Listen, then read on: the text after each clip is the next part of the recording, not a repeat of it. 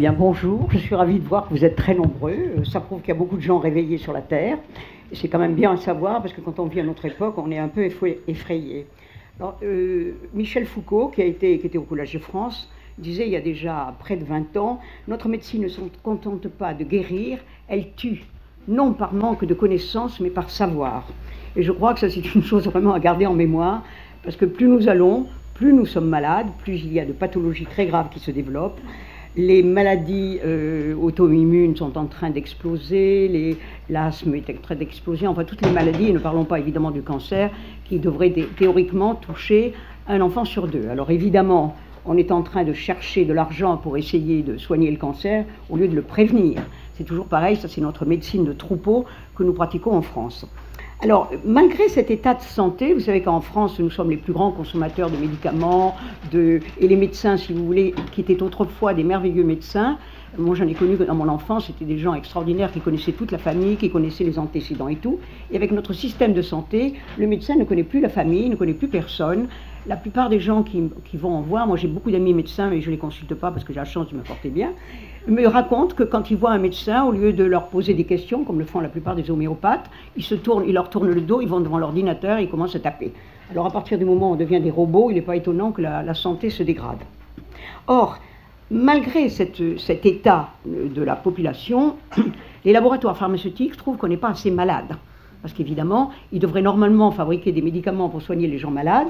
Ils se contentent de fabriquer des malades pour vendre leurs médicaments. Vous voyez, on est en pleine ère du docteur Knock. Tout bien portant est un malade qui s'ignore. Et la santé est un état qui ne présage rien de bon.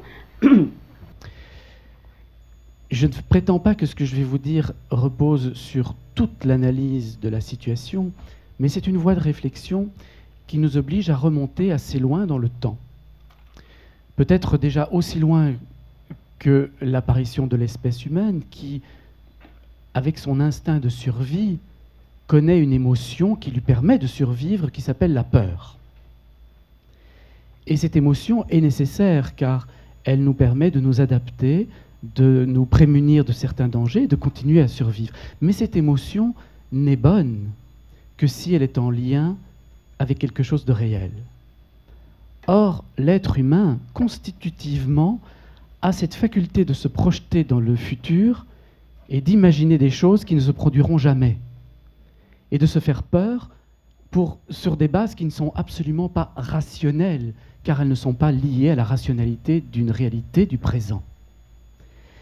Et sans doute que cette peur que nous avons tous et que l'être humain a nécessairement pour survivre et malheureusement exagérément parce qu'il a cette faculté de se projeter trop dans le futur, cette peur a été réveillée il y a 300 ans d'une manière très importante.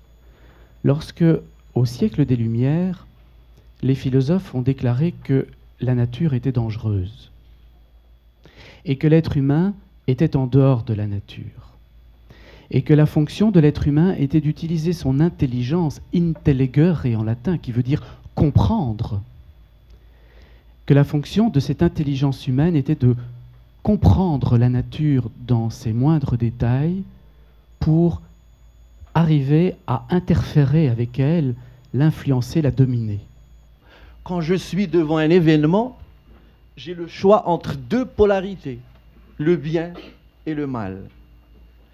Et c'est ça, la problématique se situe à ce niveau.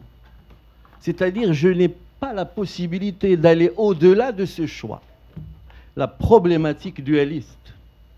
On vit dans un dualisme. Le langage l'accentue. La prise de conscience doit aller au-delà de ce dualisme. La vraie solution consiste à aller, bien sûr, vers l'unicité. Mais on ne peut pas toucher l'unicité à travers la pensée.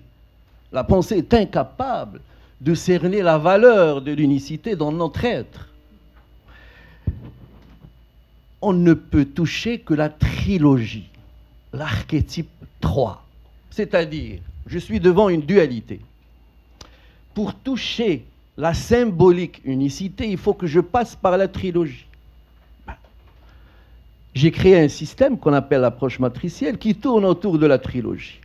La structure trilogique de l'être, la structure trilogique de l'univers, Cette trilogie, comment on peut la toucher, la sentir? Comment on peut la sentir? Je suis devant un événement. Un matin, je me sens devant un événement. Il est dualiste, l'événement. Il va me propulser dans un choix. J'ai une douleur. Je reçois un événement. Comment actualiser dans ma conscience la trilogie fondamentale de l'univers?